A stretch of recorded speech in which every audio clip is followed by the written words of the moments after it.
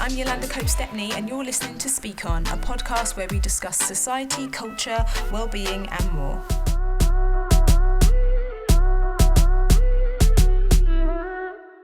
Things are hard right now, but it's cool. We've got this, I think. General conversation about mental health has increased over the years as we seek to better understand ourselves and each other.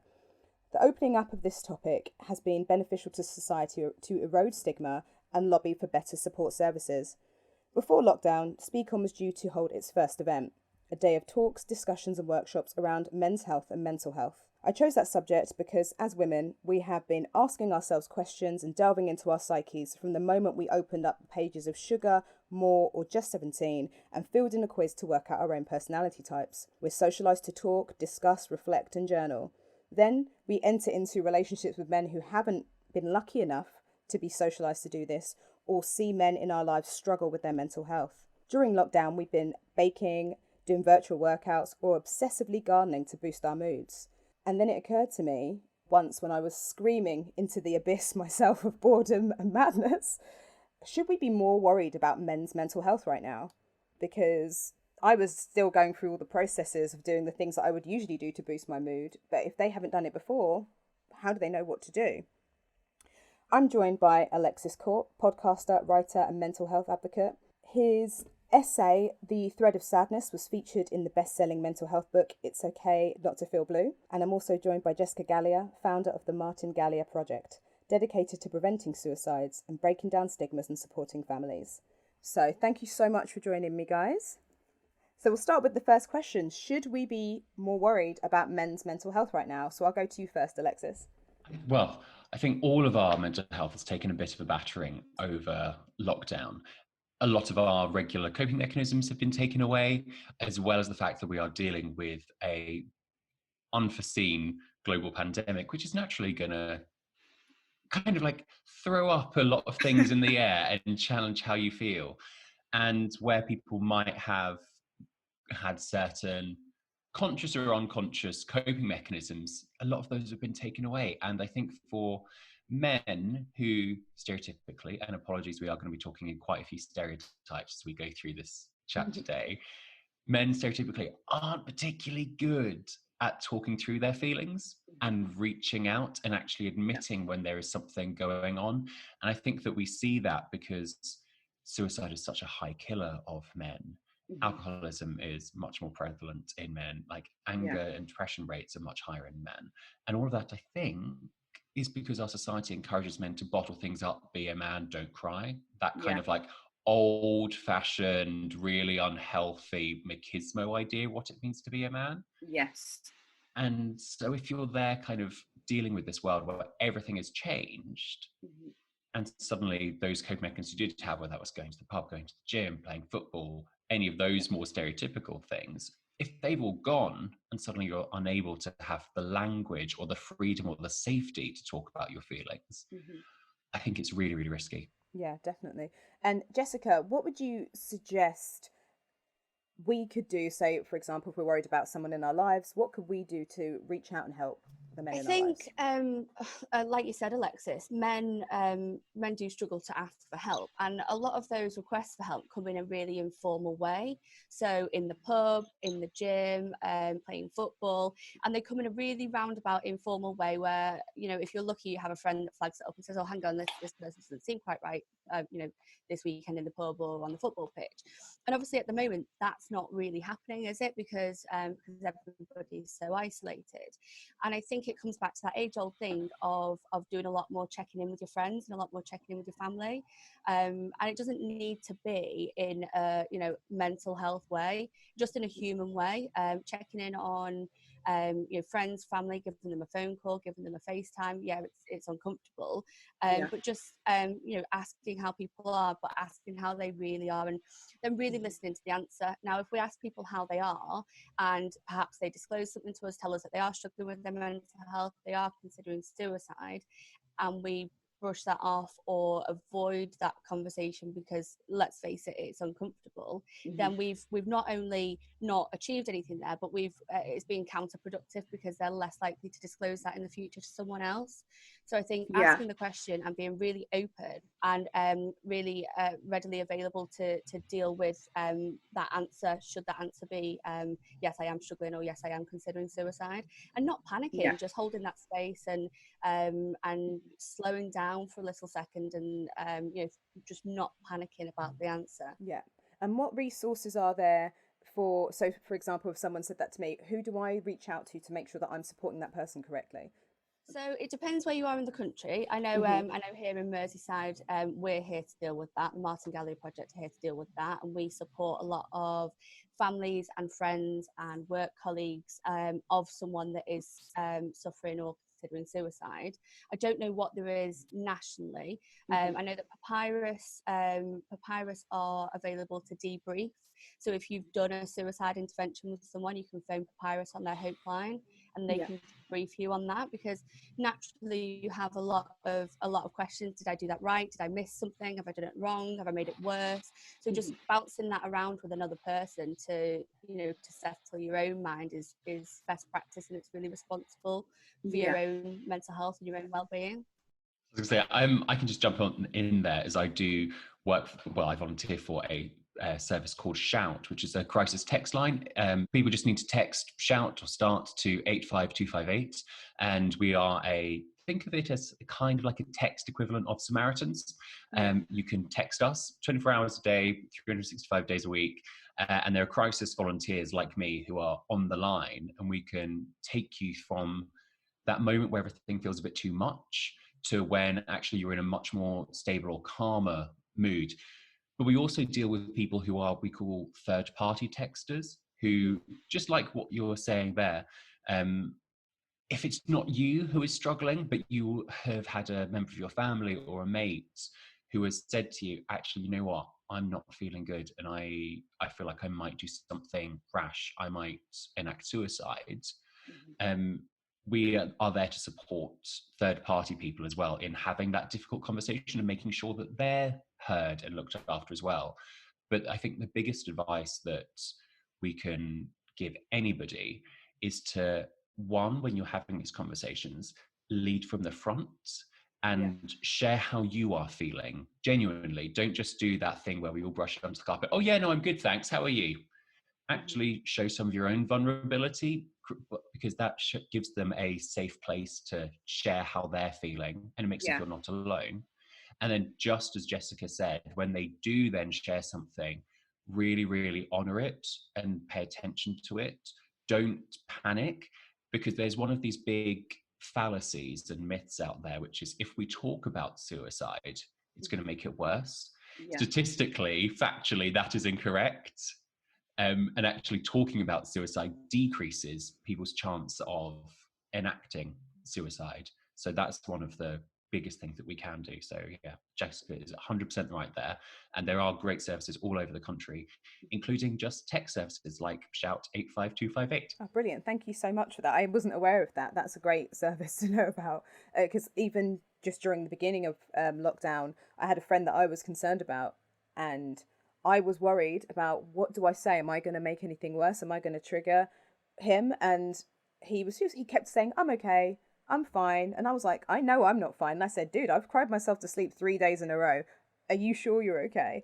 And then he was like, oh, actually, I had that as well. And then opened up a little bit more. So now I know that I can definitely make sure that I'm being way more open about how I feel from the get-go. That's really brilliant advice. Okay, so I'd like to find out a little bit more about you. So I'm going to go over to Jessica. So Jessica, why did you start the Martin Gallier Project? So I started the Martin Gallier Project following my father's suicide in 2017. In a nutshell, because it is quite a lengthy story, in a nutshell, we knew Dad was at risk of suicide. We knew he was considering suicide. He was under the care of a lot of services, and we were kind of desperate to help, but we didn't have the skill set to do that. We didn't know what to do. Now, Dad had attempted suicide before, and nearly 40% of people that end their own life have a previous attempt. So we went through the inquest process, all this kind of came to light, and I realised that people were dying for ridiculous reasons, like waiting lists and criterias and opening hours. And I thought, hang on a minute, there's got to be a better way here. We knew it was coming. He tried before. If we'd had some education behind us, could we have been like a safety net? So the way I see it is, if you had a child, you would learn how to inject them with insulin, how to read their blood sugars and stuff like that. And why is it any different for mental health? We've really got to change the perception here, and we've got to start treating it the same as any physical ailment. So I decided that we would set up a project. Initially, the project was to offer an education to families where there was somebody that was either particularly vulnerable or who had attempted before. Offer like a free education to them of, you know, suicide first aid, how to intervene, how to see the signs, how to ask the questions, how to create a safety plan. But it grew very quickly. So initially that was the plan. We decided we would need a building to operate from. And then I said, okay, let's go all in. If we're going to have a building to operate from, let's make that a building where people can come in, like in a self-assessed crisis, so they don't need to come with a doctor's note or anything like that. If they believe they're in crisis, they're in crisis, and that is it. So the idea was to build that slowly and slowly evolve. We opened the doors February 19, and by day 4, we'd had the first life-saving intervention. Wow. I thought it was a bit of a fluke, but it wasn't. People just kept coming, and we kept helping them, and we just had to hit the ground running and evolve very quickly and react very, very quickly.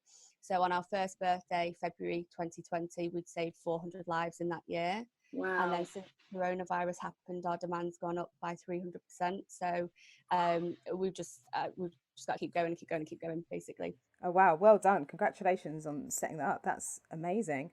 And Alexis, what brought you to become like a mental health advocate? How did you end up contributing to the book? Tell me about it. So similarly to Jessica, I sadly lost a family member to suicide. It's devastating, it's tragic, and it really doesn't solve pain. It just transfers the pain to other people. That's how I kind of think about suicide. And I like to think that perhaps this could have helped her.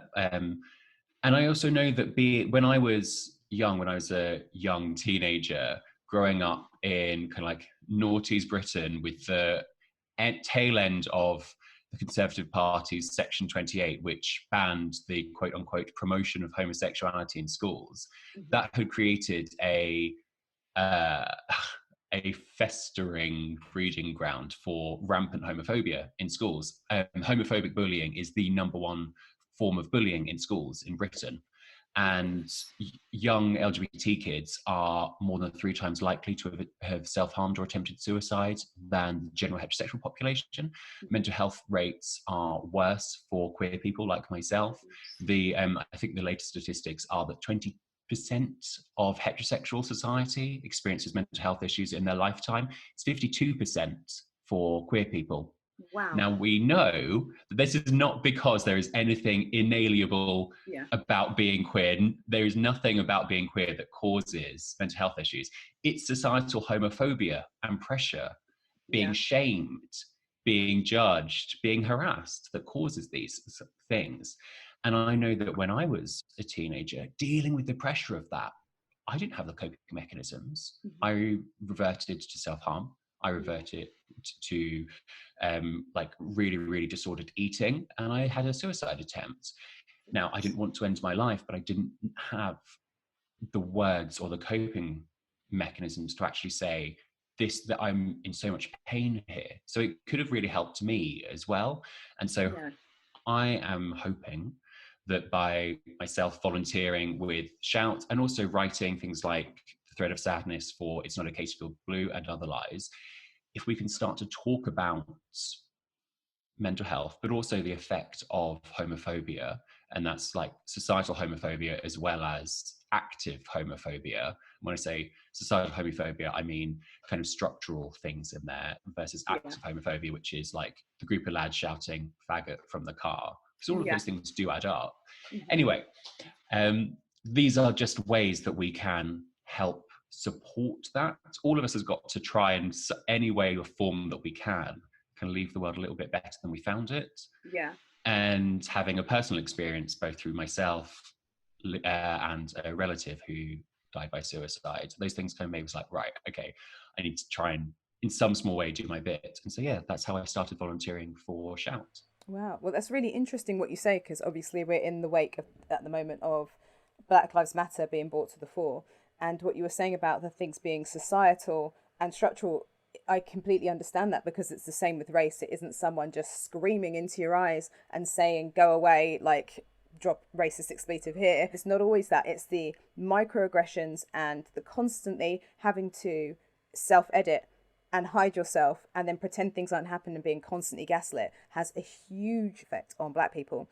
And at the moment, it's been, I know that I've been checking in particularly with other Black people in my lives, but particularly the men, because our collective mental health is so fragile. I spent last week just sleeping. Couldn't even it was hard to make myself a cup of tea.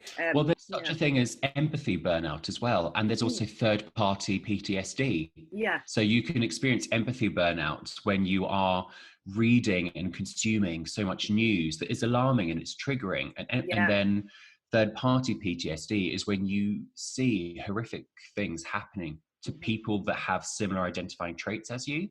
Yeah.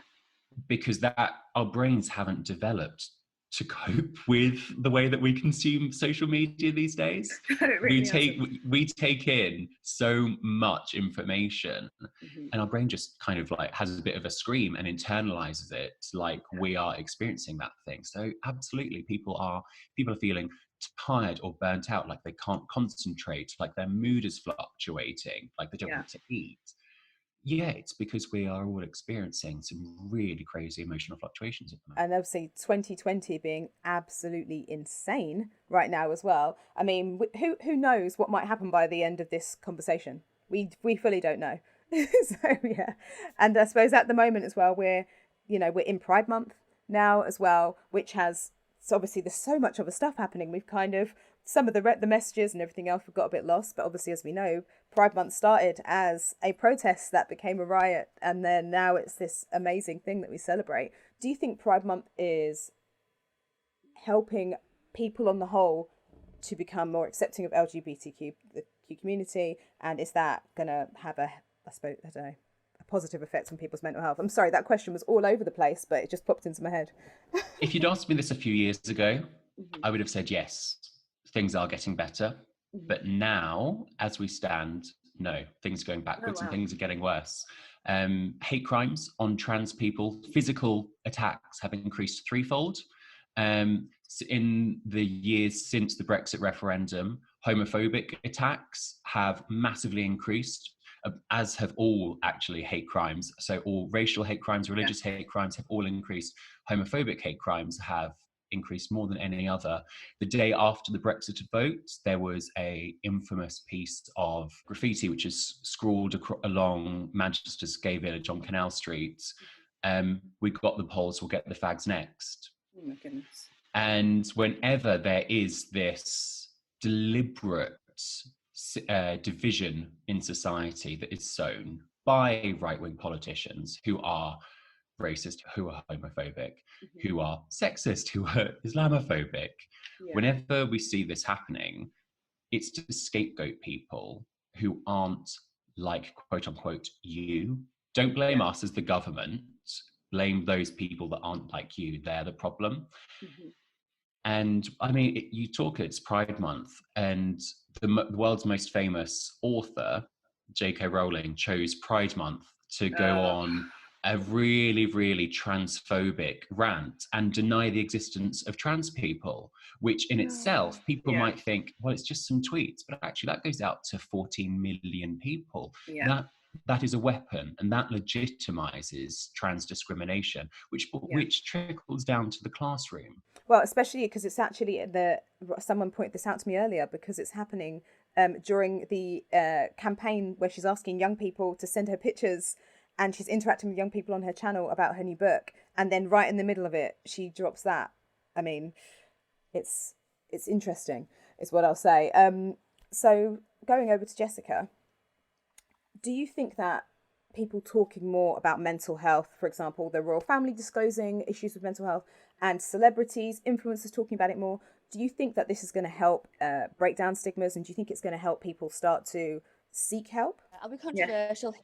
Now, obviously, I think when someone high profile speaks about mental health, it's great, and it does break down those stigmas to a certain extent. But I think the message that we're giving out is completely wrong at the moment. And I think we've evolved past the message that's actually been given out. So when Caroline Flack died, which was heartbreaking, absolutely devastating, we started on this Be Kind campaign, which is great sentiment, but actually you're not backing it up with anything. So you're telling people to be kind, and you're telling people it's okay not to be okay, reach out. But what we're not doing is educating people on what to do when somebody does reach out and when somebody gives you that disclosure. So I actually think it's really irresponsible to kind of to encourage people to go and reach out and but not to kind of educate the people on what to do when receiving that. It can be really damaging if someone reaches out to someone and that I've had it myself. So I reached out to someone once and they were so uncomfortable. They said, "Oh, have you seen the weather today?" And I guess what, I didn't reach out to anyone else for a while after that, because I was like, "Oh, okay, we don't do that. That's fine." So I think it's great and it's a great sentiment, and I love it when the royal family get behind it and stuff like that. But we've got to back it up with something practical, because at the moment it's just a sentiment. And it's one of those, isn't it? It's great that we're doing that side of things, but we've got to catch this side up, because they're not really meeting. Yeah. And what would you like to see in that case then? Would you like to see, here is the celebrity message, and now would you like them to deliver what to do next, or would you like it that they work more in conjunction with organisations that can give that practical advice? Yeah, I think it's on a larger scale than that. So I think it should be mandatory that you learn about this stuff in school.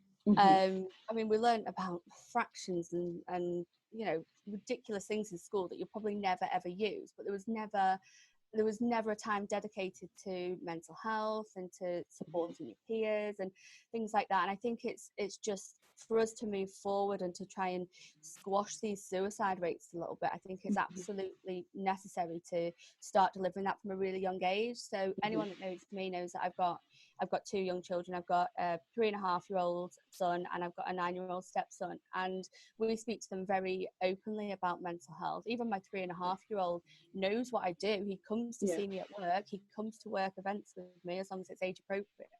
And I just think it's really important that we instill that from such a young age, and make sure that these kids that are coming up, they're going to be our next generation. They're going to run this country, run this world when we're all gone. It's really important that they have some practical skills rather than just a sentiment. And then over to Alexis, because I know that you've worked with like some of the royals and other people in these campaigns. What are your thoughts on this? Well, I'd just like to say that what Jessica is doing in terms of how she parents and has those open conversations with her children, we so need more people to be doing that. We have this real issue where people talk like, will say, "Oh, don't worry, you're a big boy, don't cry, you're a big boy."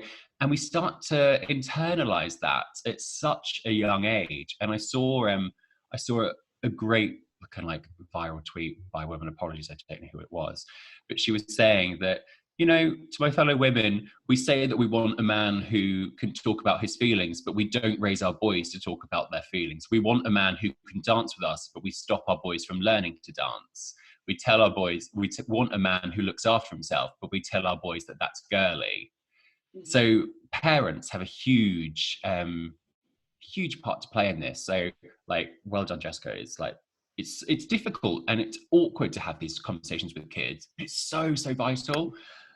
So personally, I think we should go back to Jessica in a moment to kind of like 4 tips for parents. But I'll get to answering your question about the royals now. I do agree with Jessica in that whole, obviously what happened with Caroline Flack was tragic, and yes, people should be kind.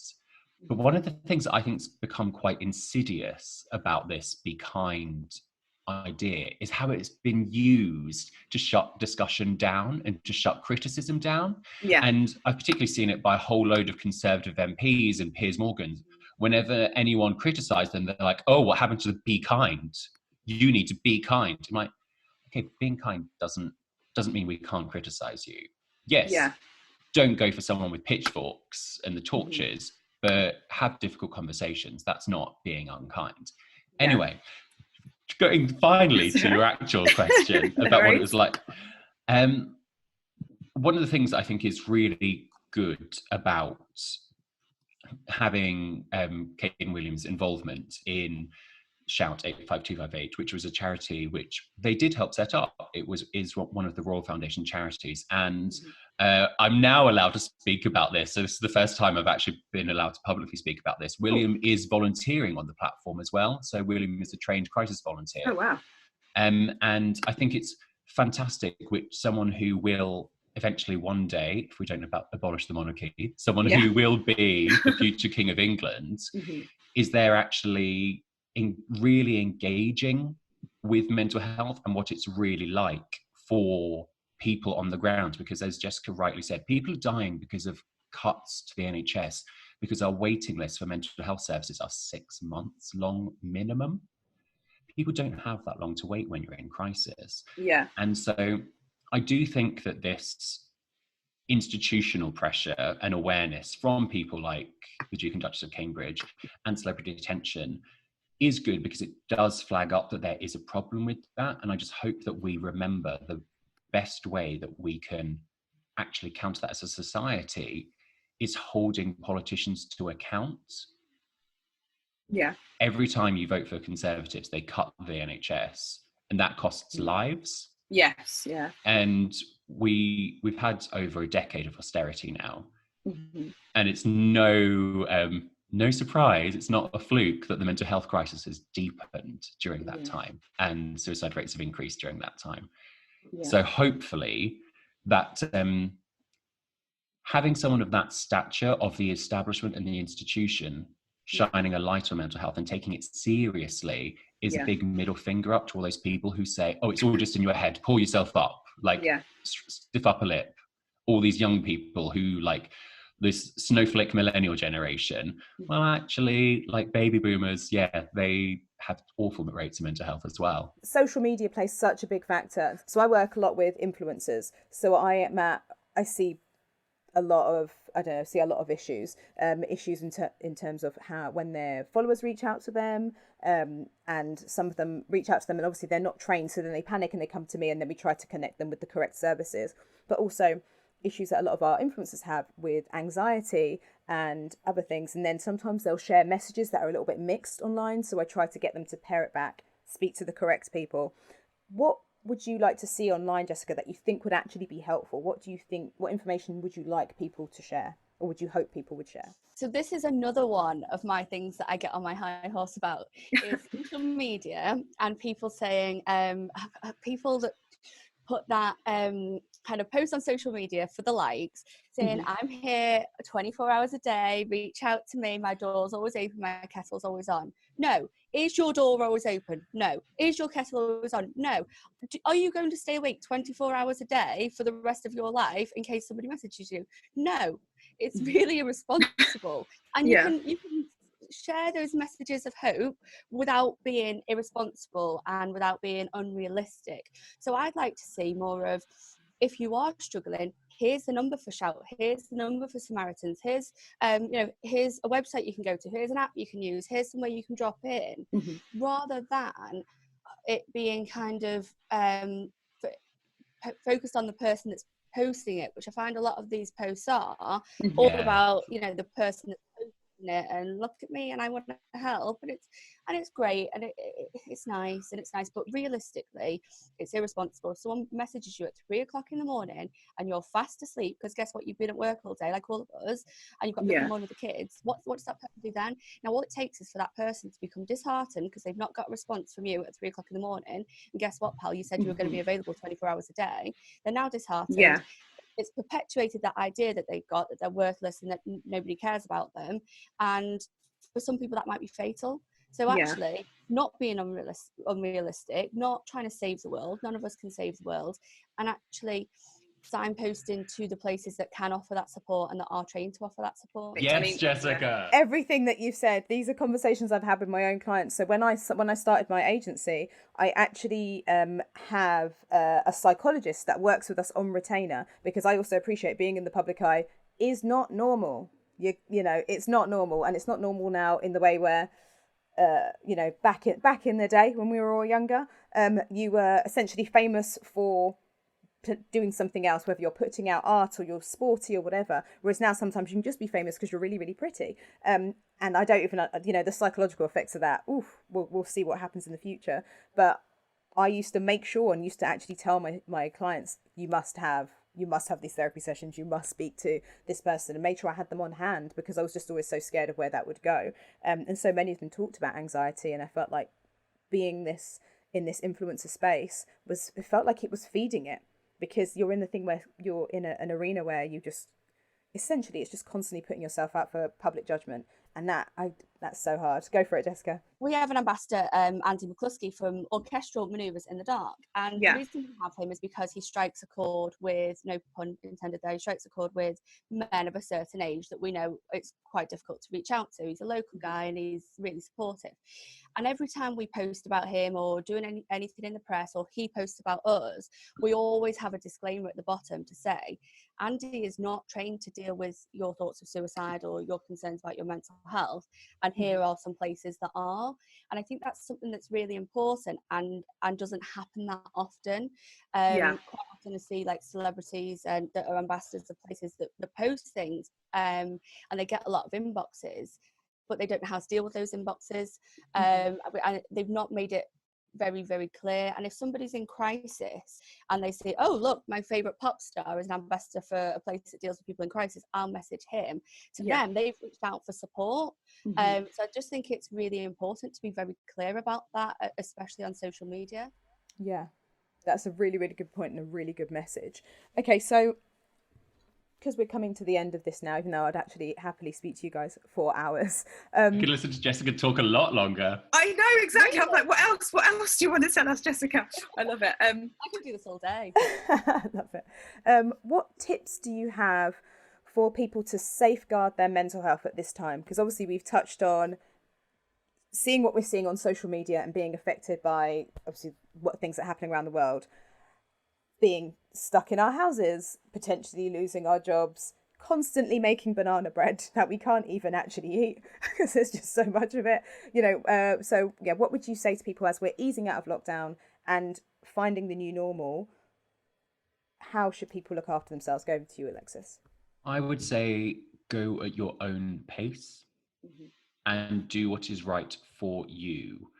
There is no one right or wrong way of coming out of lockdown. There is no one right or way of doing this. And I think one thing that I've heard a lot of people say has been really nice about lockdown is that FOMO has effectively gone, because you're no longer seeing your mates at great parties or on holiday.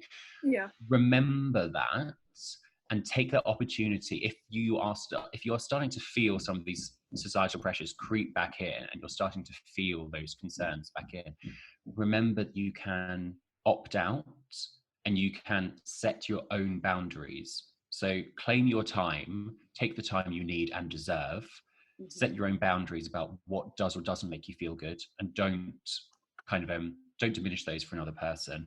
And then if you do decide to reach out, do it the moment that you think, actually, I think I might need help.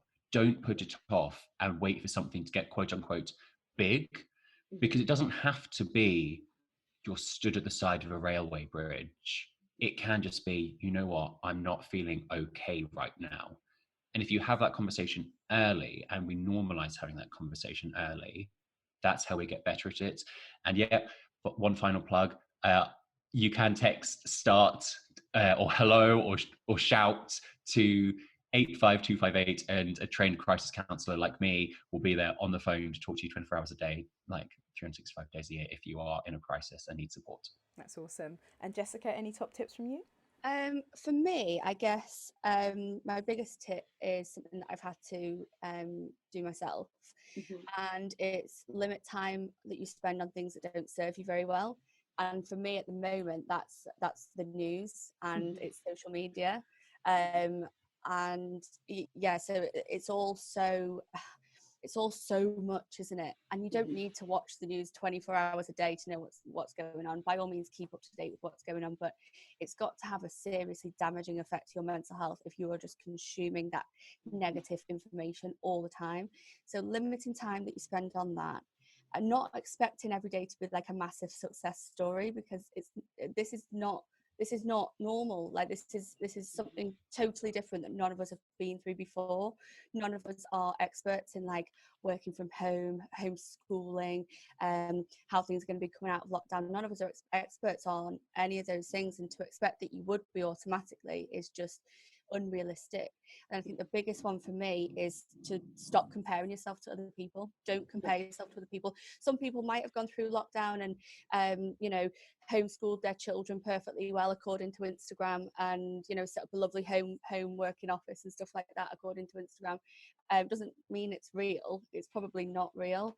And we see men and women on a daily basis, and we have done since lockdown massively, comparing themselves on social media to like super mums and saying, well, I'm not doing it right because so and so down the street has taught her child loads of stuff today and she's working from home, and it's pushing people to the point of considering suicide. So stop comparing yourself to other people. We're all going to handle this differently, and the way you're handling it is absolutely fine. So just stop with the comparisons. It's not helping anybody. Oh, that's great advice. And like, thanks so much for taking the time to speak to me. As I said, so much of this resonates, and obviously we talked about men's mental health, but mental health in general, this is a tricky time for everyone. We are in this completely unprecedented time. If you aren't teaching your child Mandarin, it's okay. If you aren't having a shower till 3 p.m, which I definitely haven't showered today, and I'm not even going to lie about it. I was literally about to say, I don't think I've showered yet today. Yeah. You just reminded me. Definitely haven't. I'll do it before bed. It doesn't matter. Who's here? No one. It's okay.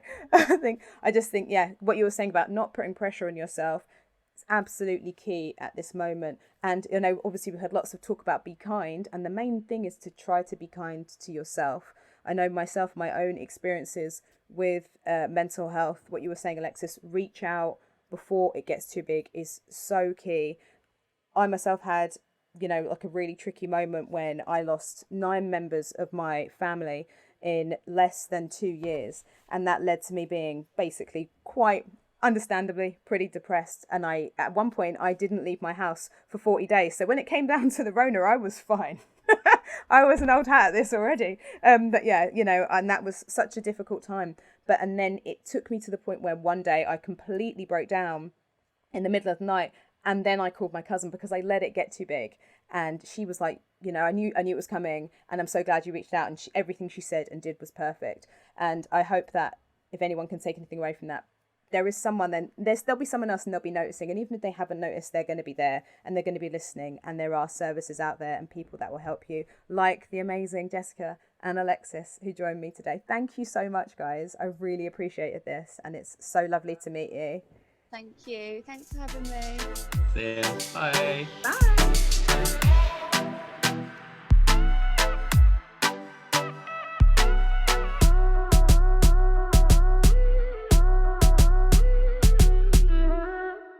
Thank you for listening to Speak On. Make sure you like, subscribe and share. And to find out more about us and our upcoming events, please follow us on Instagram, SPEAKON_. Speak On_. Thanks. Bye.